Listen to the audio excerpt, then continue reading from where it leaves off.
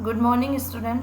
आज हम पाठ 7 पोंगल उत्सव का अध्ययन करेंगे, जिसके अंतर्गत हम ये जानेंगे कि पोंगल उत्सव क्या है, कहाँ के लोग इस उत्सव को मनाते हैं और किस प्रकार मनाते हैं। बच्चों, पोंगल उत्सव तमिलनाडु प्रदेश का एक प्रमुख उत्सव है, जिसे वहाँ के लोग मिलजुल कर हर्षोल्लास के साथ मनाते हैं। जब वहाँ के किसानों की फसलें अपने खेतों में पक जाती है और जब उस फसल को वे अपने घर लेकर के आते हैं, तो उसी हर्ष में, उसी खुशी में वहाँ के सभी लोग मिलजुल कर पोंगल उत्सव मनाते हैं। जिस प्रकार से हम दीपावली का त्यौहार मनाते हैं, ठीक इसी प्रकार से वहाँ के लोग पोंगल उत्सव मनाते हैं। दीपावली का त्यौहार हम सभी मिलजुल कर 5 दिन तक मनाते हैं। उसी प्रकार तमिलनाडु प्रदेश के लोग पोंगल उत्सव 4 दिनों तक मनाते हैं। बच्चों, इस पाठ के अंतर्गत हम उसी पोंगल उत्सव के बारे में विस्तार पूर्वक पढ़ेंगे। आप अपनी बुक में देखिए, बुक के अंदर आपके बुक में जितने भी नीले रंग के शब्द हैं बच्चों, ये सभी संधि है। हम इस पाठ के अंतर्गत संधि जानेंगे। संधि बच्चों, जब दो शब्दों को, दो वर्णों को मिला दिया जाता है तो वह कहलाती है संधि, और जब भी उन्हीं वर्णों को, शब्दों को अलग कर दिया जाता है तो वह कहलाता है संधि विच्छेद। बच्चों, यहाँ जितने भी नीले रंग के शब्द हैं ये सभी संधि है। हम पाठ पढ़ते हुए पाठ के अंतर्गत हम इनका संधि विच्छेद भी जानेंगे। बच्चों, अब हम पढ़ना प्रारंभ करते हैं। आप अपनी बुक में देखिए, जिस प्रकार से आपने पिछले अध्यायों में, पिछले पाठों में बुक के अंदर पेंसिल से हार्ड वर्ड्स को लिखा है या आपने अपनी रफ कॉपी में लिखा है, अनुवाद किया है, तो आप अपने अनुसार उसे करते जाइए। आपको ये अनुवाद अपनी फेयर कॉपी के अंतर्गत करना है। चलिए अब हम पढ़ना प्रारंभ करते हैं। बच्चों, यहाँ देखिए, बुक में आप पहली लाइन देखिए, भारत देशे विभिन्न धर्मावलंबिन जनाः वसन्ति। संधि विच्छेद करेंगे। सबसे पहले हम विभिन्न धर्मावलंबिन, वापस देखिए, विभिन्न प्लस धर्माव प्लस लंबिना, विभिन्न धर्मों के लोग। हिंदू अनुवाद देखिए, भारत देशे, भारत देश में विभिन्न धर्म को मानने वाले जनाः लोग वसंती रहते हैं। वापस देखिए, भारत देश में विभिन्न धर्मों को मानने वाले अर्थात विभिन्न धर्मों के लोग रहते हैं। अस्य देशस्य प्रमुखा विशेषता अस्ति अनेकतायाम एकता। संधि विच्छेद देखिए, विशेषता प्लस अस्ति, अस्ति अर्थात है। अस्य देशस्य, इस देश की प्रमुखा, प्रमुख विशेषता है, अनेकतायाम एकता, अनेकता में एकता, अर्थात अनेकता में एकता इस देश की प्रमुख विशेषता है। अत्र जना स्वधर्मानुसारम आचरन्ति, परंतु परस्परम एकतया प्रेम भावनाया च वसन्ति। संधि विच्छेद करिए, स्वधर्म प्लस अनुसारम, स्वधर्म प्लस अनुसारम, अपने धर्म के अनुसार। अत्र यहाँ जना लोग, स्व अपने, स्वधर्म अनुसारम अपने धर्म के अनुसार, आचरन्ति आचरण करते हैं, परंतु किंतु, परस्परम आपस में, एकताया एकता, प्रेम भावनाया प्रेम भावना के साथ, च और वसंती रहते हैं। अनुवाद देखिए, अत्र जना यहाँ लोग, स्वधर्म अनुसारम अपने अपने धर्म के अनुसार आचरण करते हैं, किंतु आपस में एकता और प्रेम भावना से रहते हैं। ते वे सर्वान सभी उत्सवों को परस्परम आपस में मिलित्वा मिल करके मानयन्ति मनाते हैं। वे सर्वान उत्सवान सभी उत्सवों को आपस में मिल करके मनाते हैं। अस्माकं देशो अपि उत्सव प्रिय देशो अस्ति। पहले संधि विच्छेद करिए बच्चों। देशो अपि, देशः प्लस अपि, विसर्ग आएगा देश में, देशः प्लस अपि। देशो अस्ति का देखिए, देशः प्लस अस्ति,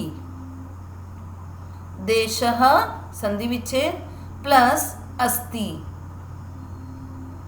अस्माकं देशो अपि, हमारा देश भी, उत्सव प्रिय देश अस्ति, देश है। उत्सव प्रिय अर्थात त्योहारों का प्रिय देश है। हमारा देश भी उत्सव प्रिय देश है। अस्मिन् देशे प्रतिवर्षं विभिन्न राज्येषु विभिन्ना उत्सवा मान्यन्ते। अस्मिन् देशे, इस देश में, प्रतिवर्षे प्रत्येक वर्ष, विभिन्न राज्येषु विभिन्न राज्यों में, विभिन्ना उत्सवा विभिन्न उत्सव मान्यन्ते मनाए जाते हैं। इस देश में प्रत्येक वर्ष विभिन्न राज्यों में विभिन्न उत्सव मनाए जाते हैं। तेषु, उनमें, प्रमुखा उत्सवा प्रमुख उत्सव सन्ति है।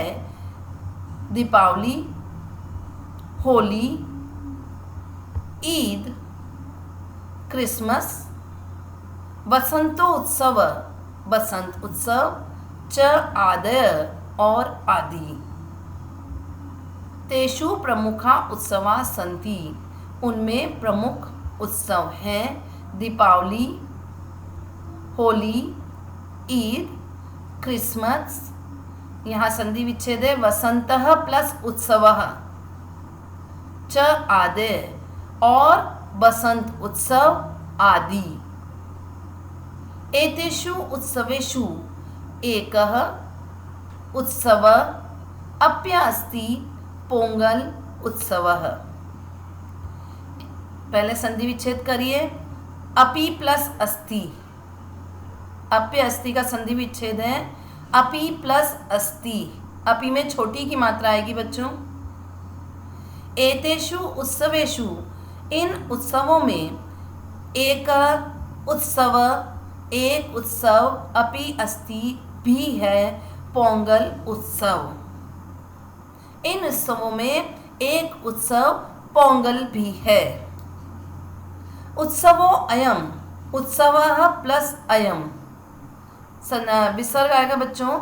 उत्सवः प्लस अयम, यह उत्सव विशेष रूपेण, विशेष रूप से, तमिलनाडु प्रदेशे, तमिलनाडु प्रदेश में, मान्यन्ते मनाया जाता है। पुनः देखिए, यह उत्सव विशेष रूप से तमिलनाडु प्रदेश में मनाया जाता है। पोंगल इति शब्दस्य तमिल भाषायाम् अर्थो अस्ति सम्यक रूपेण पचनम। संधि विच्छेद करिए। अर्थः प्लस अस्ति, अर्थ प्लस अस्ति, अर्थ है। पोंगल इति शब्दस्य, इस शब्द का, तमिल भाषायाम, तमिल भाषा में, अर्थ है सम्यक रूपेण, अच्छी प्रकार से, पचनम पकाया हुआ या पका हुआ। पोंगल इस शब्द का तमिल भाषा में अर्थ है अच्छी प्रकार से पका हुआ। इत्थम अस्य उत्सवस्य नाम पोंगल इति जातम। इत्थम इस प्रकार, अस्य उत्सवस्य इस उत्सव का नाम, पोंगल इति जातम यह हुआ। पुनः देखिए। इत्थम अस्य उत्सवस्य नाम पोंगल इति जातम। इस प्रकार इस उत्सव का नाम पोंगल हुआ। नेक्स्ट देखिए,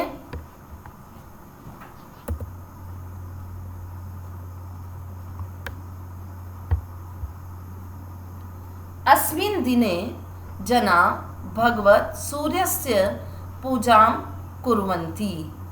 तस्मै च नवा अन्नस्य प्रसादं सम्यक् रूपेण पक्त्वा अर्पयन्ति।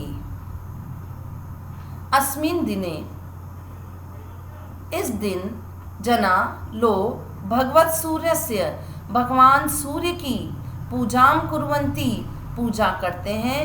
तस्मिन् च, और उन्हें, नवा अन्नस्य, यहाँ संधि विच्छेद है, नव प्लस अन्नस्य, नए अनाज का, अन्नस्य अर्थात अनाज, नव नया, नए अनाज का, प्रसादम प्रसाद, सम्यक रूपेण अच्छी प्रकार से, पक्त्वा पका करके, अर्पयन्ति अर्पित करते हैं। अर्पित करना, उन्हें भोग लगाना या चढ़ाना, अर्पित करना।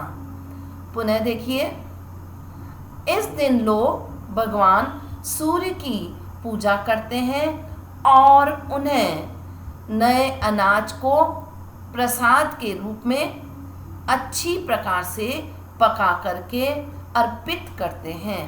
एतदर्थम अयम उत्सव नवोन्नो उत्सव अपि कथ्यते। एतदर्थम, इसलिए, अयम, यह, उत्सव, त्योहार, नव अन्नो उत्सव, नए अनाज का उत्सव, भी, अपि भी, कथ्यते, कहा जाता है। यहाँ संधि विच्छेद करिए बच्चों। नव प्लस अन्नः प्लस उत्सव, नव प्लस अन्नः प्लस उत्सव। बच्चों, यहाँ ओ की मात्रा का विसर्ग हो जाता है। सब जगह हम देख रहे हैं ओ की मात्रा का विसर्ग हो जाता है। नए अनाज का उत्सव। पुनः देखिए, एतदर्थम अयम, इस प्रकार यह उत्सव, नए अनाज का उत्सव भी कहा जाता है। जनाः पक्वम शस्यम गृहम आनयन्ति। जनाः लोग, पक्वम पकी हुई, शस्यम फसल को, गृहम घर, आनयन्ति लाते हैं। लोग पकी हुई फसल को घर लाते हैं। तस्य आनंदम अस्य उत्सवस्य रूपेण हर्षो उल्लासेन प्रकटयन्ति। तस्य आनंदम, उसके आनंद को, अस्य, इस उत्सवस्य, उत्सव के रूप में, हर्षो उल्लासेन, हर्ष और उल्लास से अर्थात प्रसन्नता पूर्वक, प्रकटयन्ति, प्रकट करते हैं। अयम उत्सव, संधि विच्छेद है, अयम प्लस उत्सवः, अयम प्लस उत्सवः, यह उत्सव तमिल मासस्य, तमिल महीने की, प्रथमायाम तारिकायाम भवति, पहली तारीख को होता है। अयम उत्सव, यह उत्सव तमिल महीने की पहली तारीख को होता है। अयम समय, यह समय, जनवरी मासस्य, जनवरी महीने के मध्य, बीच में, भवति, होता है। अयम समय जनवरी मासस्य मध्ये भवति, यह समय जनवरी महीने के बीच में होता है। जनाः लोग, स्वगृहाणि, अपने गृहों को, स्वच्छानि, स्वच्छ, कृत्वा, करके, चतुर्दिनानि, 4 दिन, यावत्, तक, अस्य, इस उत्सवस्य, उत्सव का, आयोजनम कुर्वन्ति, आयोजन करते हैं। पुनः देखिए, जना स्वगृहाणि स्वच्छानि कृत्वा, लोग अपने घरों को स्वच्छ करके, साफ करके, कृत्वा में धातु प्रत्यय, क्री धातु, कत्वा प्रत्यय, साफ करके, चतुर्दिनानि, चतुर प्लस दिनानि, संधि विच्छेद है, चतुर प्लस दिनानि, 4 दिनों तक, यावत तक, अस्य उत्सवस्य, इस उत्सव का, आयोजन कुर्वन्ति, करते हैं। अस्य उत्सवस्य, इस उत्सव का प्रत्येकम दिनम, प्रत्येक दिन, हर दिन, पृथक नामना, अलग नाम से, पृथक अर्थात अलग, अलग नाम से ज्ञायते, जाना जाता है। अस्य उत्सवस्य प्रत्येकम दिनम पृथक नामना ज्ञायते, इस उत्सव का प्रत्येक दिन अलग नाम से जाना जाता है। यथा, जैसे, प्रथमम दिनम, पहला दिन भोगी पोंगल, भोगी पोंगल के नाम से पहला दिन जाना जाता है। द्वितीय दिनम, दूसरा दिन सूर्य पोंगल, दूसरा दिन सूर्य पोंगल के नाम से जाना जाता है। तृतीय दिनम, तीसरा दिन मट्टू पोंगल, तीसरा दिन मट्टू पोंगल के नाम से जाना जाता है। चतुर्थम दिनम, चौथा दिन कन्या पोंगल च, और चौथा दिन कन्या पोंगल के नाम से जाना जाता है। बच्चों, आज हमने यहाँ तक का अनुवाद किया है, उसको हिंदी हमने जाना है। आपको अपनी कॉपी में यहाँ तक का हिंदी अनुवाद लिखना है। अगले 4 दिन तक वहाँ के लोग किस प्रकार से उत्सव को मनाते हैं, हम भोगी पोंगल, सूर्य पोंगल, मट्टू पोंगल और कन्या पोंगल के बारे में अगली क्लास में पढ़ेंगे। बच्चों, आपको अनुवाद करते समय केवल मात्र पहला वर्ड अर्थात पहले फर्स्ट पैराग्राफ का भारत देशे लिखना है, फिर डैश डैश करना है और लास्ट वर्ड ज्ञातम लिखना है। आपको फिर पूरा हिंदी अनुवाद अपनी कॉपी में ब्लू पेन से लिख लेना है। इसी प्रकार से दूसरा पैराग्राफ जब हम स्टार्ट करेंगे तो पहला वर्ड अस्मिन लिखना है, फिर हमें डैश डैश करना है और लास्ट वर्ड पोंगलः च लिख देना है और हमें ब्लू पेन से पूरा अनुवाद कर लेना है। बच्चों, आपको केवल ये 2 पैराग्राफ अभी अपनी फेयर कॉपी में लिखने हैं। अगला पैराग्राफ हम अगली कक्षा में करेंगे और उस समय हम उन्हें फिर फेयर कॉपी में लिख लेंगे। बच्चों, आपको अच्छी प्रकार से समझ में आ गया होगा। Thank you.